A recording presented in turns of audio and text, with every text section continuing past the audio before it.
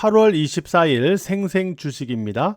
파월 의장의 금리 인하에 대한 조금 완화된 언급으로 인해서 금요일에 미국 증시가 상승세를 보였죠. 파월의 발언은요, 당장의 고용지표나 물가가 둘 다 모두 위험한 상황이라고 말할 수는 없지만은 앞으로 그럴 가능성이 큰 만큼 연준이 선제적으로 움직일 수 있다라는 의미로 해석될 수 있는 발언인데요.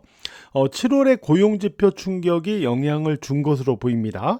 그러니까 트럼프발 관세로 인한 물가 인상이 우려가 되지만은 고용시장이 냉각될 경우에는 관세발 수입 물가의 상승 압력이 일시적일 수도 있다라는 거죠. 자, 금리 인하 불가설에서 완화된 입장을 보인 것은 분명하지만은 그렇다고 또 공격적인 인하 가능성에는 또 선을 그었어요.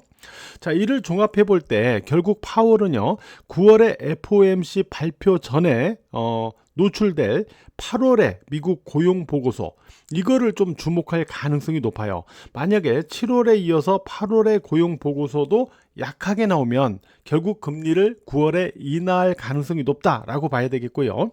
8월의 고용 보고서가 견조하거나 괜찮으면 다시 또 금리 인하에 대해서 속도 조절을 할 수 있는 그러한 입장을 보이지 않을까, 이렇게 예상은 됩니다. 아무튼 어쨌든 9월 금리 인하 가능성이 낮았던 상황에서 파월의 이 발언은 일단 금리 인하에 다시 한번 불을 지피는 그런 역할은 해주었기 때문에 금요일에 미국 증시가 상승했다, 이렇게 볼 수 있겠네요. 자, 이런 상황에서 이번 주 증시 이제 어떤 움직임을 보여나갈지 한번 체크를 해보도록 하겠습니다. 주간 증시 변수는 세 가지가 있을 것으로 보고 있어요. 일단 첫 번째는 한미 정상회담이죠. 자, 한미 정상회담에서는요, 조선 쪽과 관련된 마스가 프로젝트, 그리고 원전의 한미 협력 방안, 여기다가 LNG 프로젝트, 이런 부분들과 관련된 좀 세부적인 내용이 논의될 가능성이 높다, 이렇게 예상이 되고 있고, 또 반도체 관련해서도 어떤 말이 나올지를 우리가 좀 지켜봐야 되는 그런 상황입니다. 금요일에 이와 관련해서 조선주가 반등을 했었고요.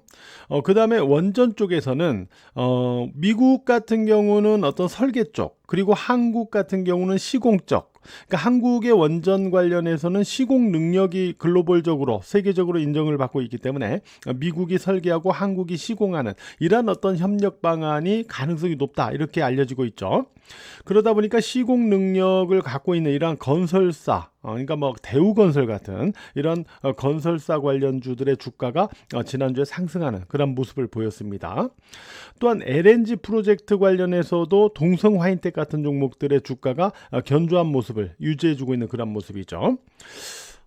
일단 이번 주 한미 정상회담과 관련해서 우리가 주식시장에서 주목해야 되는 부분은요, 상승 모멘텀으로 작용을 할지 아니면 재료 소진으로 볼지, 이미 이와 관련돼서 기대되는 부분이 주가의 일정 부분 좀 반영되는 부분들도 있었기 때문에 과연 재료 소진으로 볼지 상승 모멘텀으로 작용할지, 이거를 이번 주에 우리가 주목해 볼 필요가 있는 거예요. 이게 중요한 거죠, 결국 주식시장에서는 말이죠.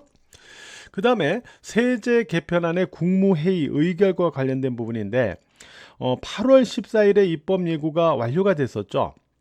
자, 그러면서 2025년도 정기국회가 9월 3일 정도에 개최가 될 가능성이 있고요.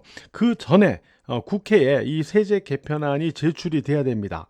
이렇게 본다면은 이번 주에 국무회의 의결 가능성이 높죠. 이거는 결국 정부의 입장입니다.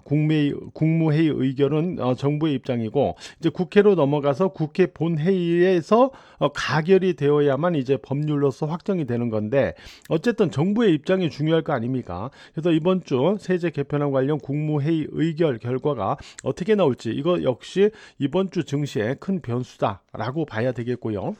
또 하나는 엔비디아의 실적 발표가 8월 27일에 예정돼 있죠.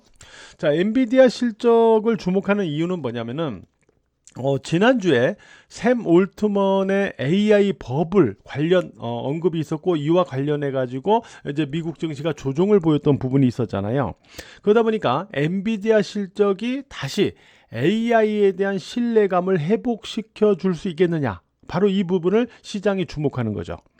자, 2분기 실적에서는 블랙웰 매출이 반영이 됩니다. 그러다 보니까 스위스의 투자은행인 UBS 같은 경우는요, 엔비디아의 2분기 매출이 시장 기대치보다 한 10억 달러 정도 웃돌 것이다. 더 높을 것이다. 이렇게 전망을 하고 있어요. 자, 이런 상황 속에서 과연 이번 주 기술적인 모습들은 어떻게 봐야 되는지 한번 살펴보도록 할게요. 먼저 미국 증시를 보면은 나스닥 지수 금요일에 상승을 했는데, 제가 앞선 방송에서 나스닥 지수 아래쪽으로는 2560포인트를 하향하지 않으면 상승 기조의 패턴은 깨진 게 아니다. 계속 이 기조는 유지가 되는 거다라고 말씀드렸죠. 기억하시죠? 그리고 위쪽으로는 21,270포인트를 회복하는 게 중요하다라고 말씀을 드렸는데, 금요일에 이 위로 회복을 해서 마감이 됐어요. 자, 이번 주는 조금 위치가 변했어요. 21,290포인트를 보셔야 됩니다. 90포인트. 자, 여기를 지지하느냐 아니냐가 일단 아래쪽으로는 중요합니다. 알았죠? 이 부분을 중심으로 해서 후속 흐름을 체크를 해 주시기 바라고요. 자, 이번 주 주봉 차트를 한번 볼게요. 자, 코스피의 주봉을 보겠습니다. 코스피 주봉 주 후반에 지수의 반등으로 밑꼬리를 길게 달기는 했지만은 결국 5주 이평선 아래에서 마감됐죠.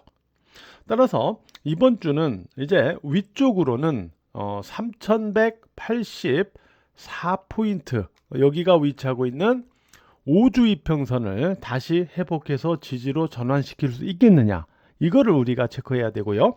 아래쪽으로는 1차적으로 3152포인트, 자, 여기를 지지하는 걸 보셔야 돼요. 최소한 3152포인트 전후로 왔다 갔다, 일단 이 부근에서 움직여야만 박스권은 유지가 된다라고 보셔야 되겠어요.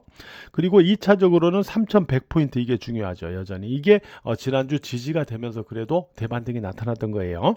이렇게 아래쪽으로 지지, 위쪽으로의 3184포인트 회복, 회복 여부, 이게 체크 포인트가 되겠고요. 그 다음에 코스닥 주봉으로 놓고 보면, 코스닥은 지난주에 낙폭에 비해서 반등이 미미했죠. 금요일 하루 조금 오른, 조금 반등한 이러한 정도니까 반등이 미미했죠. 그러다 보니까 밑꼬리가 달렸어도 코스피보단 작았어요. 그러면서 5주 이평선을 역시 하향하는 음봉으로 마감됐기 때문에 이번 주 코스닥 지수는 역시 797포인트 여기에 위치하고 있는 5주 이평선을 회복해서 지지로 전환할 수 있겠느냐, 이거를 전반적으로 체크하셔야 되겠고요. 아래쪽으로는 765포인트 여기가 주요한 지지선이 될 것이다 라고 보시면 되겠어요. 대략 20주 이평선을 기준으로 보시면 되겠어요.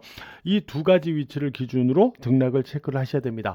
전반적으로 코스닥의 주봉 차트를 놓고 보면은 이거는 위아래 방향성보다는 그냥 왔다 갔다 하는 박스권 등락의 형태, 그 성격을 갖추고 있다, 이런 부분도 볼 수가 있어요. 어쨌든 나스닥 지수를 중심으로 미국 증시가 금요일에 올랐기 때문에 월요일 날 한국 증시는 상승으로 출발은 될 가능성이 높은데, 이때 코스닥 지수가 5주 이평선을 회복으로 연결시켜 나갈 수 있을지, 요런 부분을 기준으로 체크를 하셔야 되겠습니다.